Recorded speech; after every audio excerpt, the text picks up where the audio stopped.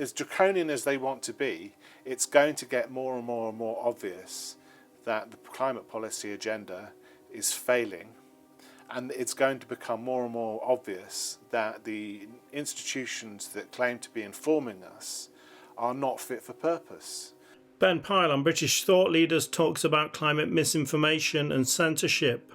There are formalised agreements between broadcasters and what I would call the green blob, protocols that are established to not allow any kind of criticism of the green agenda near TV news. Ben says weather forecasting has been weaponized to stoke fear.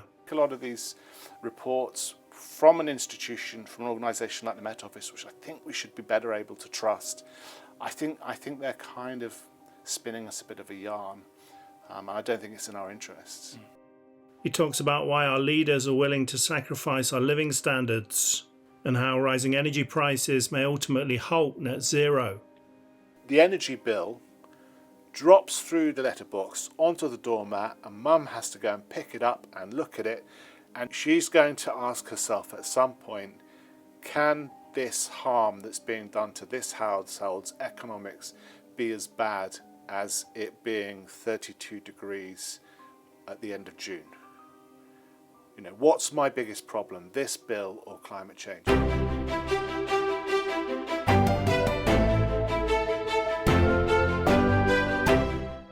Welcome to British Thought Leaders. I'm Lee Hall. Today I'm sitting down with Ben Pyle, who is a researcher, writer and co-founder of Climate Debate UK. Ben, welcome back. Thanks for having me back, Lee. I wanted to talk with you about green lies and mistruths around the climate debate, starting with weather. I got a quote from The Guardian a couple of weeks ago. The dangerous 32-degree heat that will be endured by people in the southeast of England on Saturday will have been made 100 times more likely by the climate crisis scientists have calculated. And for starters, what do you think about the science behind that? Well, I mean, the science we should be interrogating first of all is what would be implied by the terms dangerous and endured, as if 32 degrees centigrade was this extremely hostile environment. And never mind how many times more likely it is. It's just not a dangerous temperature to experience. People pay really good money to experience those temperatures from these isles. Typically, we go on holidays to places where it's going to be where it's promised to be 32 degrees centigrade. So it's kind of a silly thing. The weather attribution, on which this claim of this kind of heat wave being 100 times more likely, is an especially dubious science.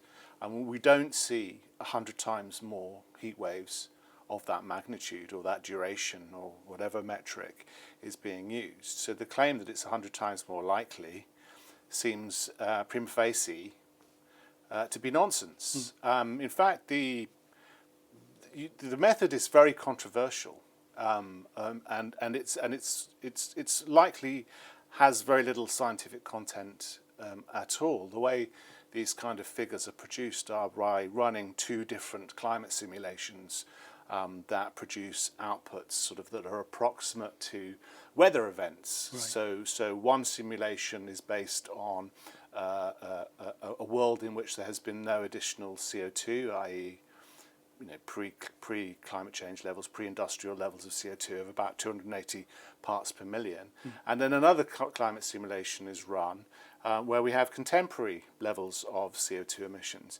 And so in these simulations, these virtual weather events are sort of tabulated and counted, and it turns out, in one simulation there are 100 times more heat waves of that type than in the other one, which is not.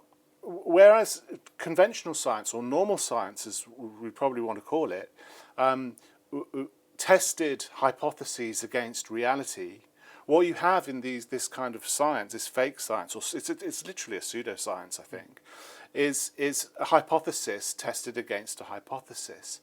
And of course, these studies are run or executed in very short order after an event. These are deliberately targeted towards the news cycle. They're not there to shed any light on what has happened. They're not developing any knowledge, and their only real application is in that sense propaganda.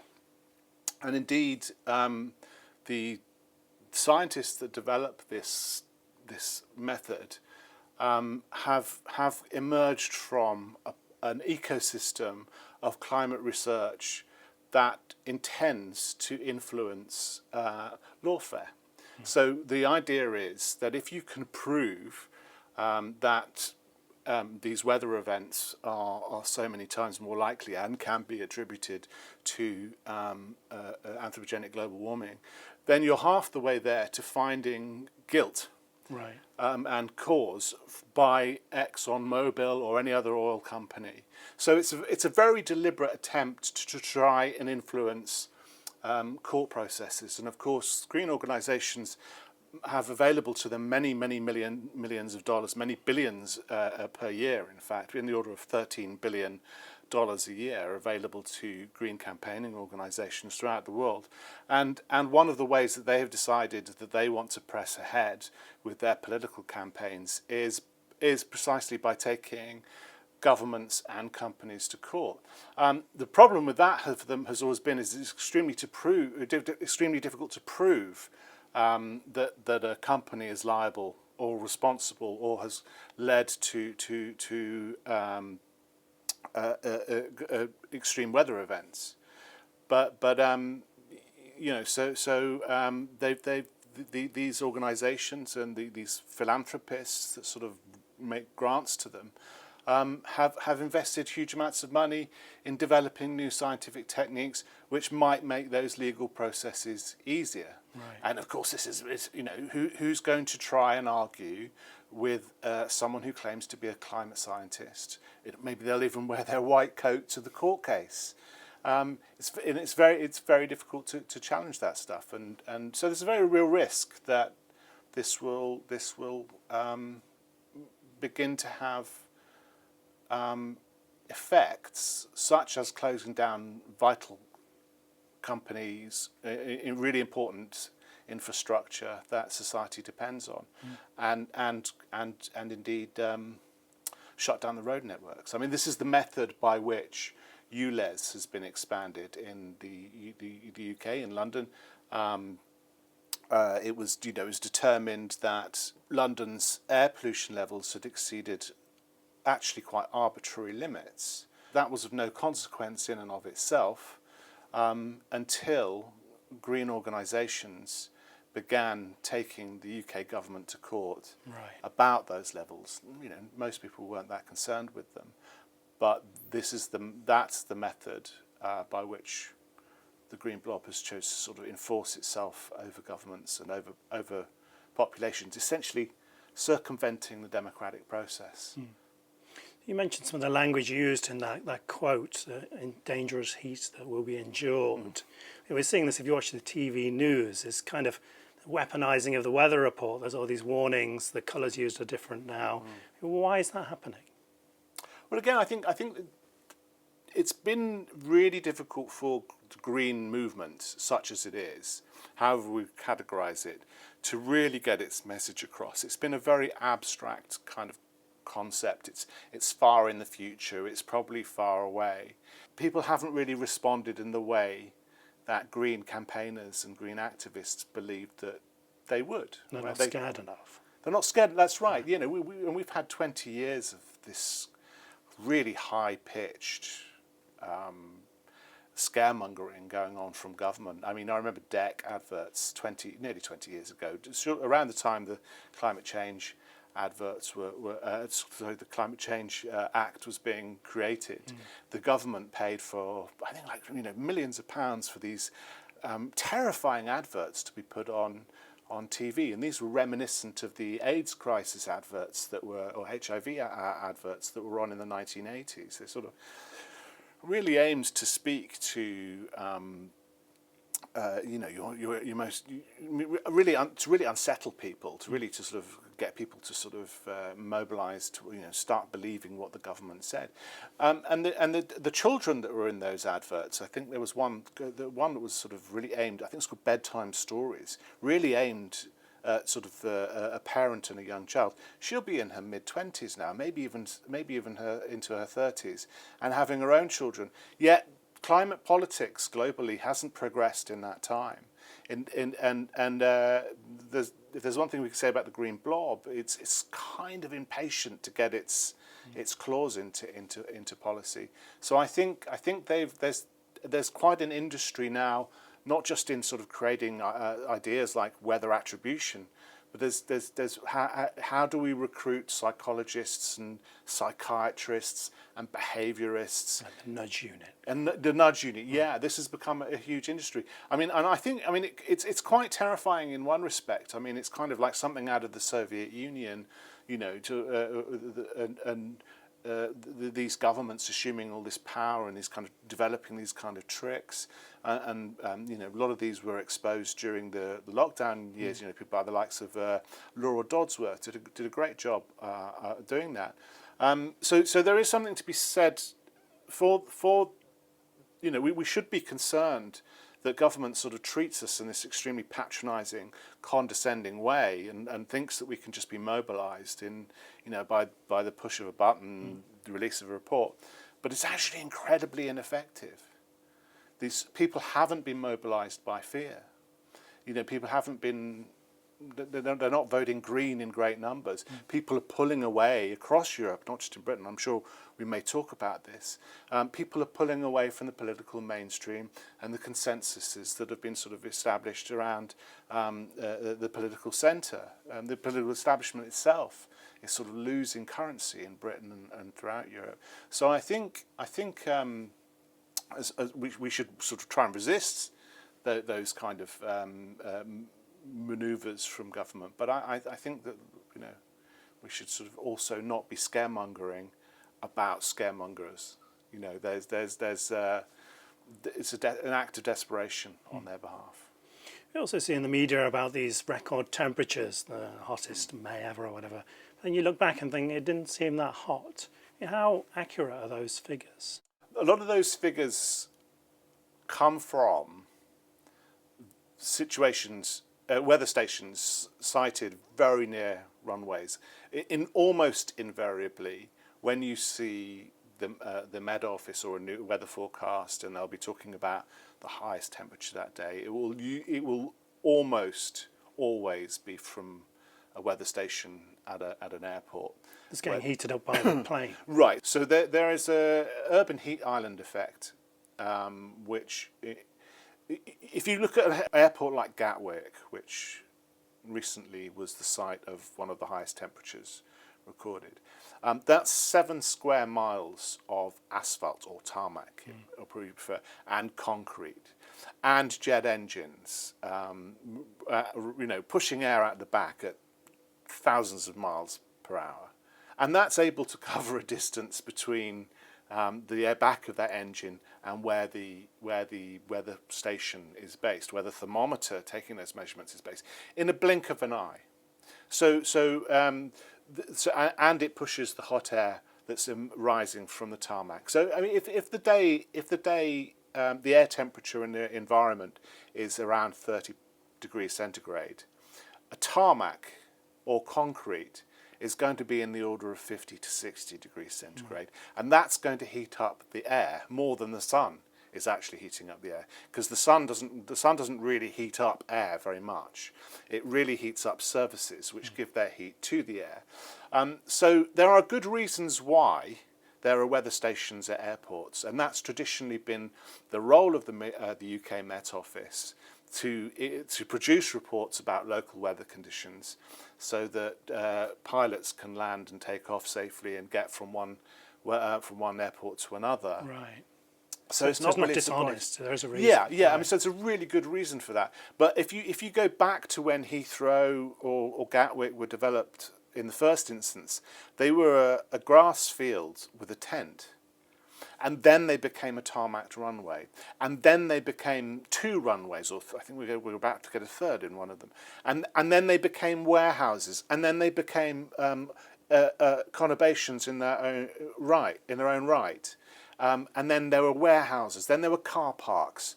the engines on the planes switched from propellers to jet engines, and then the 747 was I forget the name of the new one, which is a full double decker. So actually what these thermometers might be recording better than temperature is the scale of development that's happened in the southeast of England. Right. And I mean, this is known to researchers in general as urban heat island effect, and they try and adjust for it. But it might be that it's just not really possible to do that. It might be that there's so much noise from the environment and from historical development that those signals from those thermometers are contaminated, if you will. So I think the Met Office is somewhat forced into sort of reporting what the highest temperature recorded in that day was, no matter how many jets passed in front of the weather station or no matter how hot the tarmac was, because they're now compelled to communicate climate change to the public. Right. So it's not really a climate change story, but the hottest day. Oh, this is the most hottest day ever recorded. And of course, the other side to this is the longer time goes on, the higher the likelihood is that you're going to get a record. And we only have records going back to to the 1850s, and then we have this concentration of records going back that are from the Met Office's weather stations at airports going back 50 or 60, maybe 70 or 80 years. But that's not this huge amount of time. That's only 50 or 60 summers. That's as many summers as there are years in that history. So it's not really a surprise that we occasionally get records. Yeah. It's like the hottest summer in 50 years, and then there are actually many different ways that we can measure what is a hot summer, and they're using a very particular metric. Just what's the hottest day recorded at any point in the UK by any weather station. Doesn't matter. Those weather stations might be quite low quality for the reasons we've discussed, but still, no summer we have had compares to this heat wave of 1976, which I think lasted from halfway through June to the end of August. There were 2 weeks in which every single day there were temperatures in excess of 30 degrees. There's been nothing like it. I think a lot of these reports from an institution, from an organisation like the Met Office, which I think we should be better able to trust, I think they're kind of spinning us a bit of a yarn, and I don't think it's in our interests. The critics of net zero say that it is putting jobs at risk. Energy Secretary Ed Miliband says they're making up nonsense and lies, and he will defeat the critics because so many jobs will be created by this green revolution. How real are those jobs? Well, I mean, the test of those claims is the unemployment statistics. Keir Starmer and Ed Miliband both claim to be creating jobs. And it may well be true that they've sort of created them in the sense that there are now jobs that didn't exist before. But when you look at the claimant counts, it's going up. The number of people claiming unemployment benefits is going up. It has gone up quite substantially since Labour came to power. But that was a trend that existed previously as well. I think since about the middle of the last decade, the promises of green jobs have never been delivered. We're losing oil refineries and we're losing steelworks at quite a pace. And I think the idea that these sort of jobs are just going to result in retraining, I think Greens call it just transition, where you take all the people in high energy intensive industries and you retrain them and you give them green jobs. It sounds great, but it hasn't been really delivered. People are losing jobs throughout the economy. It's not just in those high energy or those energy intensive industries that are losing jobs. If prices are high, if energy prices are high, then it's difficult for all companies to operate. So my favourite example is a cake shop. because if you're running a perfectly a cake shop on a high street, but if the energy prices in that cake shop double or triple, then that eats into your bottom line, and then that may push a really perfectly functioning business running on a small margin from the black into the red. Right. And then that closes. That doesn't get registered in these kind of metrics because it's not seemingly a high energy intensive industry. It's a small cake shop, and that's the same with of all businesses, whether they're running just a couple of computers and a fan and some lights. Those rising energy prices are going to increase the risk of that company being unable to sustain itself. So almost it's kind of crazy that the government should be talking about AI and data centers and sort of trying to reward the industries of the future, picking winners and that sort of thing. And now it's talking about trying to sort of save steelworks and make steelworks green. If you're having to sort of fix the problems that you've created, which were anticipated 20 or 30 years ago, by stepping in and supporting high energy intensive industries, then you're almost shutting the door after the horse has scarpered. Yeah. Because this problem is now systemic throughout the entire economy, and you're only dealing with it's almost palliative at the most extreme, at the extremes. When the steelworks close down, you go in and you try and mop out that problem. But the problem is in every single household. It's in every single business of every single kind, and people take it very unseriously, I think. But if you think about a household now facing energy bills that are 3 times higher than they were 20 years ago, that's something in the order of £1,000 to £1,200 already that household is not putting into other things in the economy. It's not going to the cinema. They're not going to the restaurant. They're not going on holidays. They're not doing all these things, and so that's naturally going to shrink the domestic and local economies to that same extent. And those companies too have to put their prices up, both in reaction to the prices and in reaction to the diminished customer base. So that means we get a decreasing sophistication of the economy. And as everyone's sort of just coping with the necessities, so I think these effects aren't really described well or in depth by the people claiming to analyse the success of these policies. You're working on a documentary about all of this. Yeah. The trailer has the clearest explanation for why our electricity prices are so high that I've ever seen. People should really watch it. Can you tell us a bit more about it?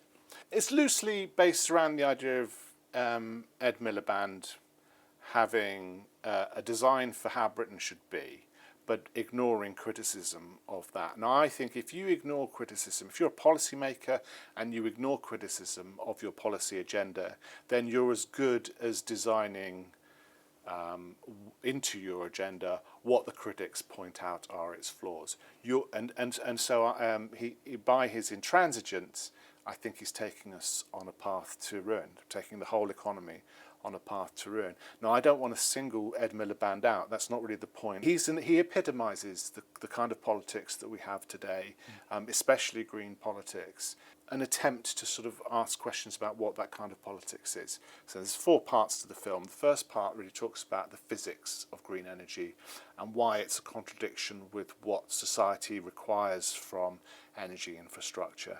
The second part argues that in order to overcome those contradictions, those physical contradictions, we've created, or politicians have created, irrational economic policies. So subsidising wind is basically an attempt to overcome those physical irrational, those contradictions with reality. And that breeds two species of policy failure. The contradictions with physics, the contradictions, these irrational economic policies, and that's created a new form of politics. That's required these quite draconian interventions that are sort of being implemented now, which include censorship. The increasing attempt to shut people down for criticising climate policy or for sort of seemingly contradicting the scientific consensus, and not giving people an opportunity to express their criticism, or not being able to vote against the green agenda, for example. And the fourth part, the last part of the film, is going to look for historical precedents. What happens when you have a political class that is as intransigent as Miliband appears to be, and won't listen to criticism, and isn't very good at representing people's material interests, the public's interests. So that'll be a bit more of an experimental piece. We're hoping that this will be finished for September. Right. So when the parties come back from their holidays and they're ready to go on their conferences, we hope to have this movie to show them. Where will people be able to find it? We'll put it on the Climate Debate UK website, and it will be hopefully all over Twitter and other social media. So I think if you just keep your eye out, I think it should be available. So in this whole green jobs thing and net zero thing is obviously not just a Labour thing. I mean, Boris Johnson was making promises about green jobs in 2020. Britain's contribution to the world's carbon output, even if net zero is successful, it wouldn't really make any difference because it was so tiny a contribution anyway. Why are our politicians so willing to reduce our living standards for net zero? Yeah, I called Ed Miliband continuity Boris Johnson, and I called Boris Johnson continuity Ed Miliband, because of course Ed Miliband had the brief. I think they're very excited by the green agenda because I think there's a very big question mark about what Britain is, and I think this speaks to culture wars in general. Governments in the 21st century, probably arguably to the end of the 20th century, haven't really known what their purpose and function is, especially after the Cold War, in that kind of era of global unipolarity. They didn't really have the purpose that they had in the jolly good old days of the Spitfire and what have you. So I think there's an element of that. And Britain's politicians, and Ed Miliband and Keir Starmer kind of epitomise this as well. They're not really happy with domestic politics. Keir Starmer loves nothing more than dashing off to this or that global event. They really want to be world leaders, and it's almost like managing the dustbins, and it's not really my kind of thing. They want to be saving the planet. They want to be proper superheroes. So I think the green agenda offered them, and that's I have to say, I think that's the most charitable explanation I can come up with for why they're so intent to change society in this way. There's an immense pressure to build global political institutions above national democratic political institutions, and to control policy in that way. And I think Britain has always seen itself as, or British government, the British establishment, has always seen itself essential to that process of globalisation, and not really seen how it may make itself vulnerable in that process. So they're thinking they could be green leaders. Yeah, Right. yeah. So and then and that kind of explains Ed Miliband's kind of climate unilateralism. He thinks that he can go out to the world, having produced the Climate Change Act, which happened in 2008, which is exactly what he did in 2009, and he thinks that having created domestic policy agendas unilaterally, he'll be able to take that out into the world and say, look what we've done, aren't we impressive? And he's going to get countries like the BRICS countries to follow him.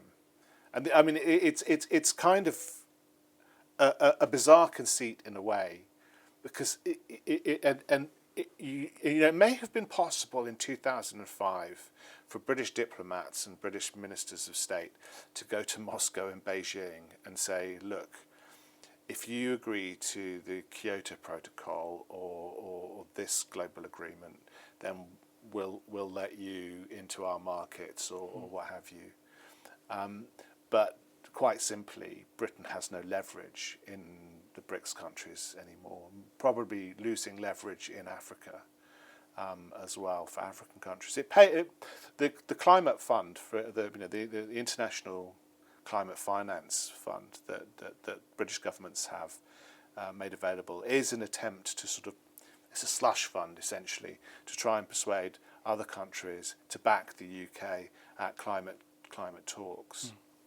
But I think that's hard. That's becoming harder and harder as it becomes more and more obvious that European countries, including Britain's green agendas, have led to a catastrophic deindustrialization and a loss of their industrial advantages to manufacturers in the East.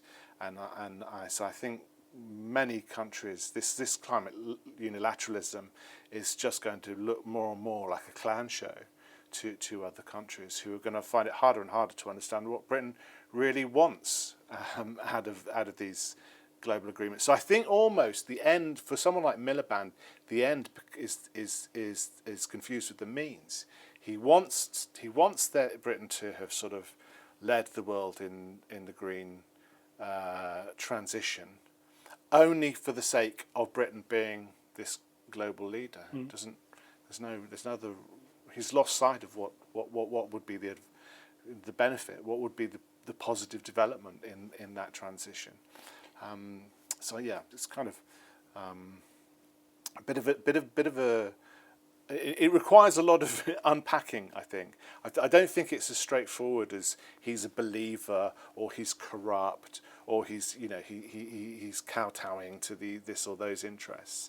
I think it's quite clearly the case that British politics, British establishment politics, has divorced from the public. There's this huge democratic deficit around not just climate change, and it would be silly to think that it was just climate change in 2025. It may have looked that way maybe 15 or 20 years ago, but now we have problems with immigration, with the gender stuff, with the industry in general. What is industrial strategy, and so on and so forth. So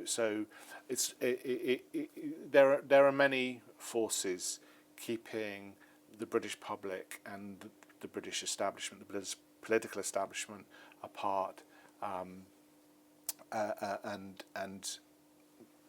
we should see things in that context. Do you think Ed Miliband really believes that the Chinese Communist Party would say, "Oh, wow, look what Britain did with net zero. We'll do the same now"? I think I'd love to know. I'd love to sit down with him. The problem is that there just simply isn't a culture of debate in which it's possible to hold him to. It's not like he's going to come here and sit in this chair and let you ask him that question. He's probably not even going to do that. He's not going to probably not go on GB News and subject himself to that sort of thing. And when he does get interrogated about what he believes, he has these scripts. It's clean jobs it's clean power by 2030, green jobs. He just has these kind of mantras. You don't actually get to any depth. And it's the same with any critical news piece where, for example, a Telegraph article where they've rung up the DESNZ, the Department for Energy Security and Net Zero, and asked, well, what's this about? What's that about? All you'll just get is the litany. You'll just get the catechism. You'll just get all the reasons that the policy exists.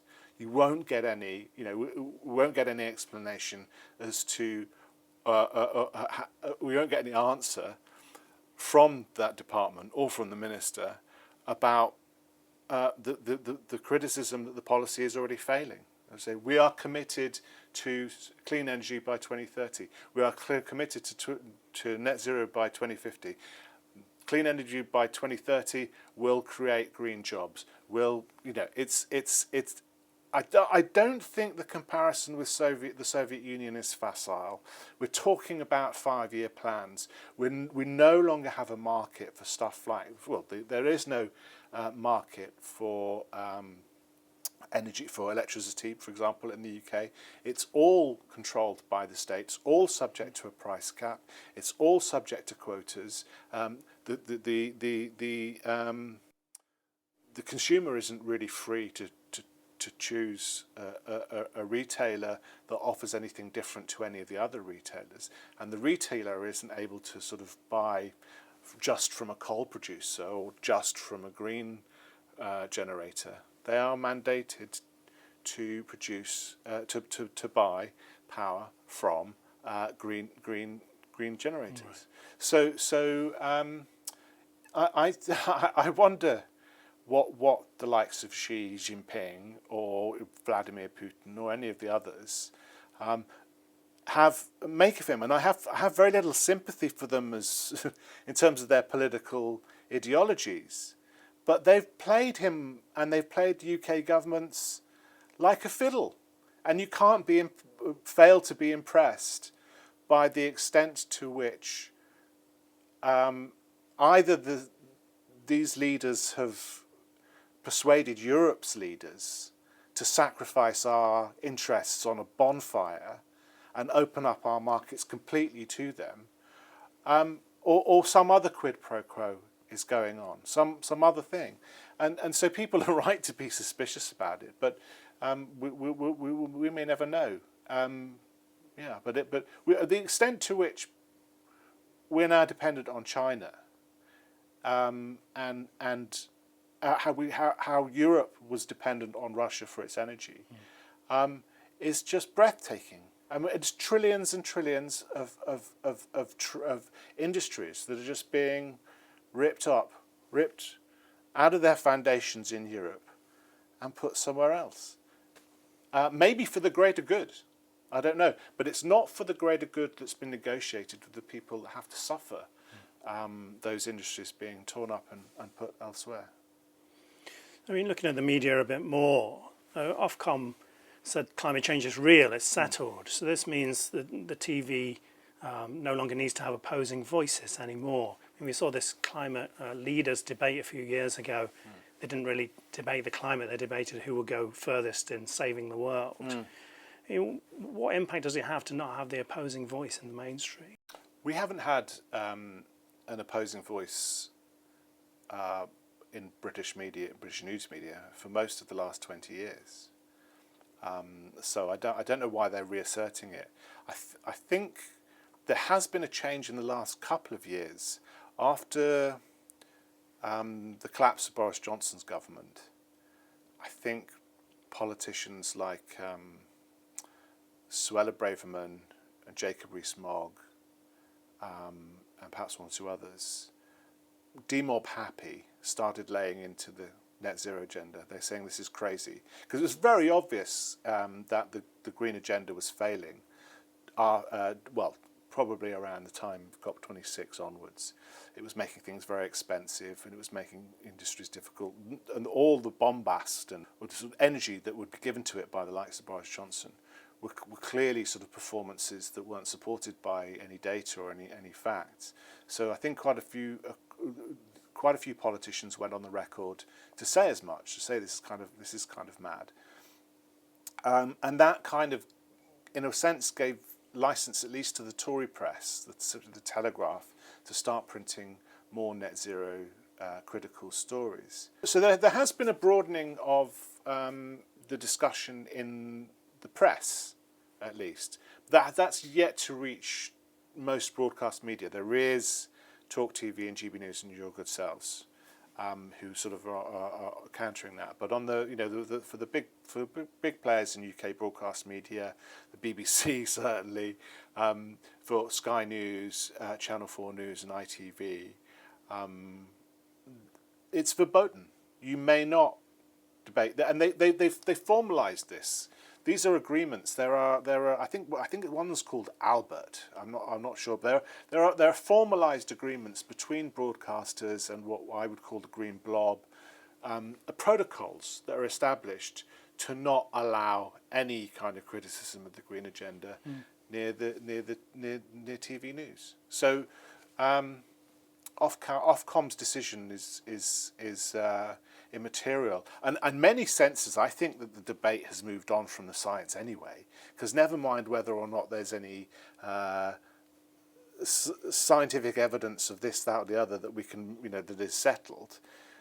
There manifestly is no climate crisis, because all of the sort of the metrics that we would use to establish whether or not there was a climate crisis show radical improvements in human welfare. And even if that weren't the case, it's very clearly the case that immiserating ourselves through net zero policies is going to be more dangerous and cause more harm than climate change. Climate change policy is more dangerous, is more harmful than climate change itself. So they can choose whether I'm allowed to talk about Heathrow's thermometers or not, or whether that means there's global warming or not, or whether that means there's the climate crisis or not. But there's always going to be a capacity to criticise them. They're as draconian as they want to be, it's going to get more and more and more obvious that the climate policy agenda is failing, and it's going to become more and more obvious that the institutions that claim to be informing us are not fit for purpose. So essentially the BBC, under the auspices, and the other broadcasters under the auspices of Ofcom, are really just signalling to the British people that the old monoliths of news media cannot be trusted. Who are you going to believe? Are the people we wheel out, or your lying eyes? Well, as soon as the energy bill drops through the letterbox onto the doormat, and Mum has to go and pick it up and look at it, and she's going to ask herself at some point, can this harm that's being done to this household's economics be as bad as it being 32 degrees at the end of June? What's my biggest problem, this bill or climate change? And it's manifestly the bill. So there's even organisations that facilitate these mass complaints to Ofcom if someone questions the climate agenda. There's also talk about the online safety bill being broadened to include climate misinformation as a societal harm. Are we on the road to climate censorship? I think we're already there. We're already there.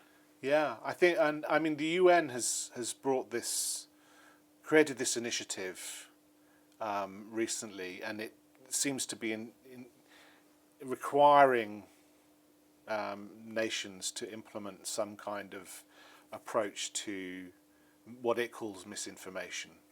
And I think that reflects the desperate nervousness that exists within the offices of the United Nations.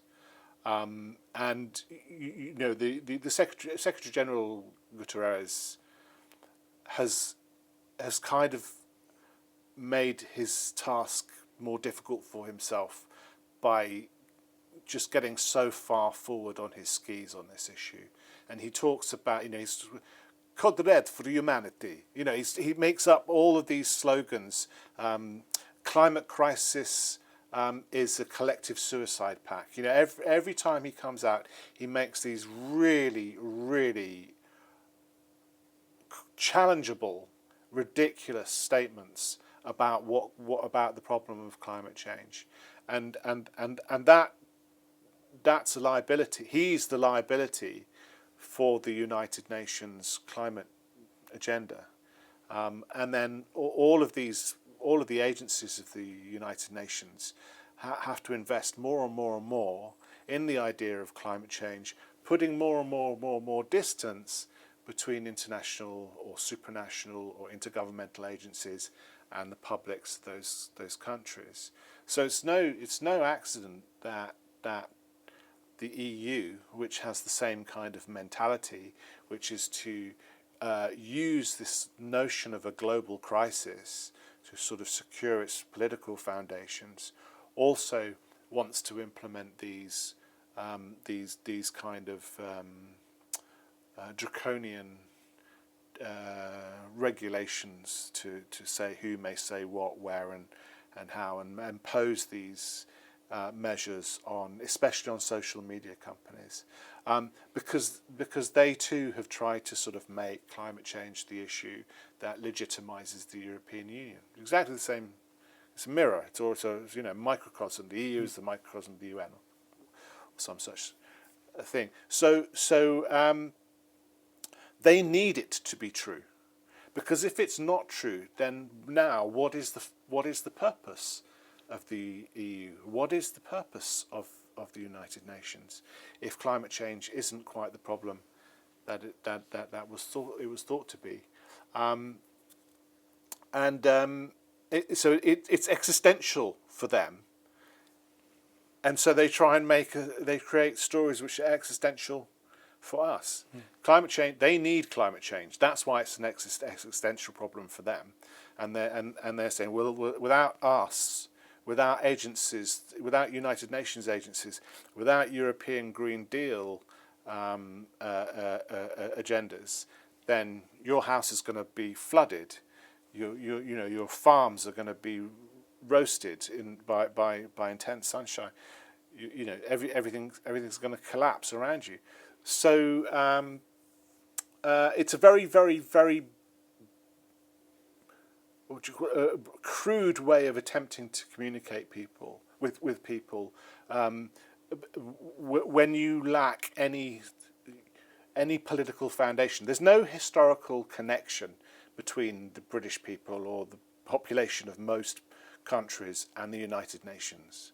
There's no immediacy in the way that there is between British people and the Houses of Parliament, or in France. The scene of French political institutions was the scene of intense historical battles that are read about and written about by political theorists and historians. Well, what was the UN? It's just a sort of bureaucratic metastasis, essentially. It was a good idea maybe if people could talk with each other, and then there wouldn't be a third world war. Well, how's that working out? But within within that sort of organizational structure, became, well, we're going to stop war, and we're going to stop environmental degradation. Oh, and we're going to stop inequality. Oh, and we're going to stop misogyny and homophobia. So these kind of these kind of organizations have mission creep built into them, and they expand and they seek new power. And if you're looking for the source of misinformation about climate change, and you're Antonio Guterres, then you only need to look to your left or right, because on one side is Bill Gates, on the other side is Michael Bloomberg, media tycoon. These guys pump billions and billions and billions of dollars into UN agencies and bodies, and they fund the organizations. I think Michael Schellenberg has called them the censorship industrial complex. And these organizations sort of try and identify what is misinformation that is obstructing the sort of what the likes of the UN types believe is the inevitable and necessary and urgent policy agenda. But actually, if you look at their work, it's terrible. So for example, in the UK, the ecosystem that's around censorship there's a number of organisations. One is called the Centre for Countering Digital Hate. One is called the Institute for Strategic Dialogue, and there are a number of others sort of based on campuses throughout the UK, attached to universities. And there was a recent study that was produced using sort of some of the work that's been developed by behaviourists and climate psychologists, to analyse what people were saying on Twitter, and then to sort of build a database of who was saying what, build categories of what people were saying. I think they were saying denying and delaying and some other, two other categories. So and it would show who are all these people, what are they saying, what categories does it fit into, and then this study was produced by the university by academics at the University of Exeter. They built these AI models, and then they shared that data with a news media organisation called Tortoise, which is the new operator of The Observer, which is The Guardian on Sunday. So they did this huge, great big fanfare. We have an AI database that sort of shows how these people, including yours truly, were misleading the public with these categories of statements which were misleading the public debate. So I had a look at it. I've written a few articles about it. And it's just shoddy beyond belief. These AI systems, you can interrogate them for yourself, because they publish it all online and you can have a look. But the database itself, the database of what it was calling climate deniers, included 3 people who were categorically climate alarmists, i.e. they were people who were on the other side of the debate. One of them was a very famous individual called Eric Holthouse, who has a following of 1 million or so people on Twitter, who talks constantly about the urgent need to go further than what the IPCC or the UNFCCC recommends. Another one, even more ironically, a smaller figure, and I forget his name, but he has within the last he's an alumni of Exeter University itself. Right. He'd done a PhD in atmospheric physics, and also had a YouTube channel, and saying we need more urgent, radical policies. Now, the reason that didn't get picked up was because the researchers who produced this database of people, of these individuals, was just doing a word search. He was just saying, YouTubers who speak about the climate. Right. And then was misunderstanding what they were saying, and included them in the database. The AI is incapable of telling the difference between climate change denial and climate change advocacy. So if you feed it a statement in support of a radical climate change policy, it will analyse it and say it's denial if it's a strong statement. So these researchers have themselves very little skill at understanding the climate debate. They have no ability to understand what people are really saying, and the models that they build have less skill than Grok or ChatGPT or some such thing. They're incredibly unstable LLMs, language models, that really aren't able to pass what's being talked about, and yet the data from these researchers is being used to construct the basis for policies that will go on to censor political debates and require social media companies to delete posts from people who have legitimate criticisms of climate and energy policy, like me, on the basis on the claim that these AI models can detect my motivation and can detect how I am misleading the public. What tools am I using to mislead people who read my articles and read my tweets?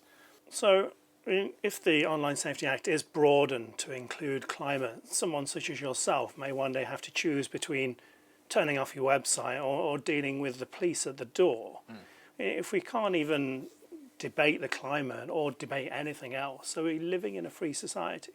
I think the idea is the expectation that we have democratic control of policy and we have a free and transparent political process is now naive. So I do think the days of liberal democracy are over. I hope they come back, and I hope they come back in short order. But I don't think that there's anyone who believes in pressing ahead with net zero ahead of any test of that agenda at the ballot box really believes in democracy at all. It's always presented as an urgent task. It's never one that we're allowed to interrogate the premises of. Like, it might be that there's climate change, and it might be that creates risks. But the way in which you deal with risks at a societal level was always a competence of a democratic government. We always faced risks. We always had public debates about how to distribute resources if they had to be distributed. There's nothing in climate change that makes it unique as a problem that is not amenable to democratic politics. You can take a left-wing view of climate change. You can take a conservative view of climate change. I didn't need global political institutions and dirigist political interventions to cope with, until you sprinkle the claims with end-of-the-world stuff. It's always been about compelling people into certain forms of behaviour. There's never been a sort of democratic movement within the green movement. There's no culture of debate within environmentalism. And in that sense, it's like, the lefties of old would want to go out and persuade people at the picket line to join our movement. They would say, these are your interests. These are how we think your interests would be better served by a different form of government. The old Tories and perhaps the old Liberals would come up through Oxford, the debating societies, and would learn these skills through their institutions.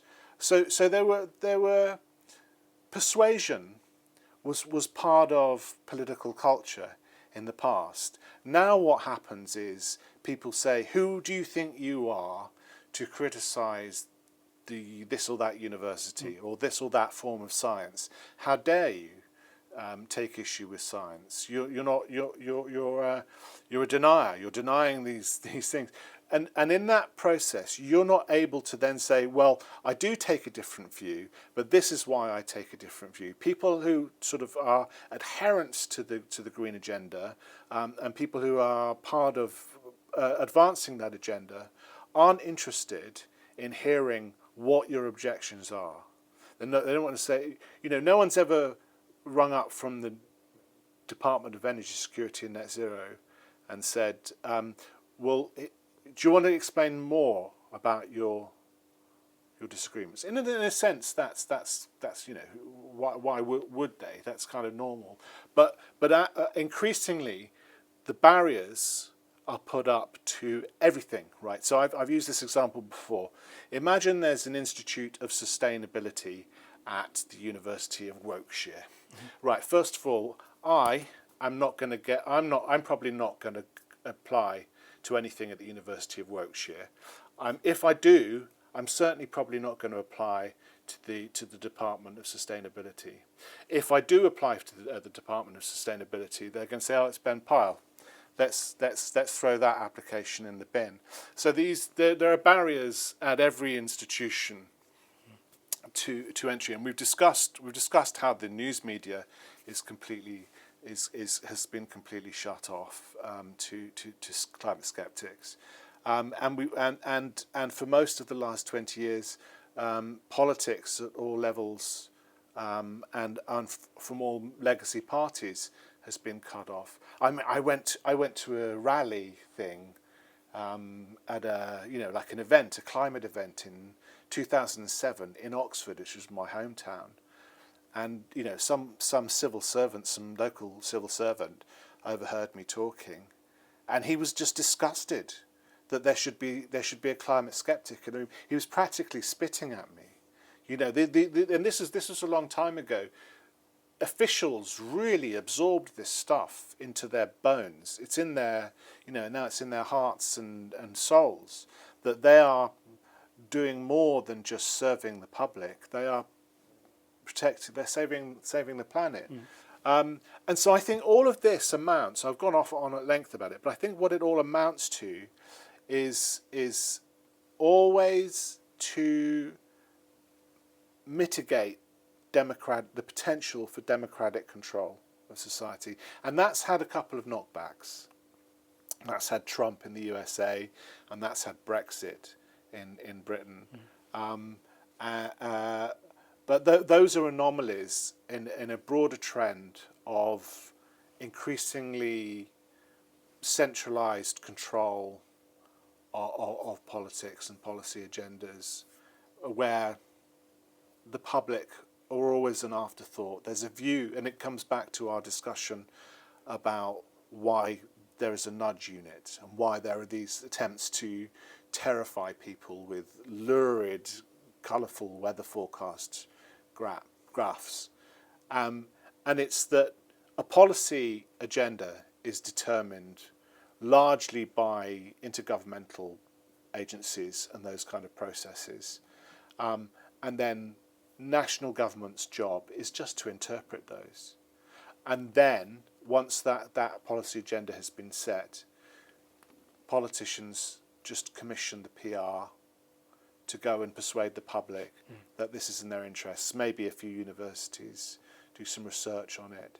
You've got a whole there's a whole university department out of, I think, Bath, called the Centre for Climate and Social Transformation, just geared towards how you can get people, researching how you can get people to behave in these ways. So that's where the whole industry comes in, to try and persuade people that what has already been decided for them is in their best interests, and so on and so forth. So I think that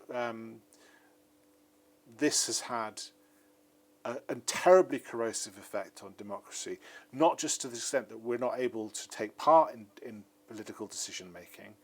I think it's actually eroded individuals' abilities to take part in debates themselves, even if they're for climate change. They don't really have the capacity to argue anymore abstractly, dispassionately about what it is they believe when they encounter a climate change denier, so-called. They might just as well be talking to a vampire or a zombie. But ironically, that may be what they've become by suspending their own judgment, deferring their own capacity, and to engage in debate, and suspending judgment, deferring judgment to higher courts, to higher panels. They don't. If your only answer to someone is, well, that university says this, then you're not an active participant in a debate. You're a cipher. You're just channeling what someone else has said without ever engaging with it. And unfortunately, I think a lot of people who think of themselves as intelligent now take that approach to debates about their own futures. Ben Pyle, thanks for joining us. Thank you.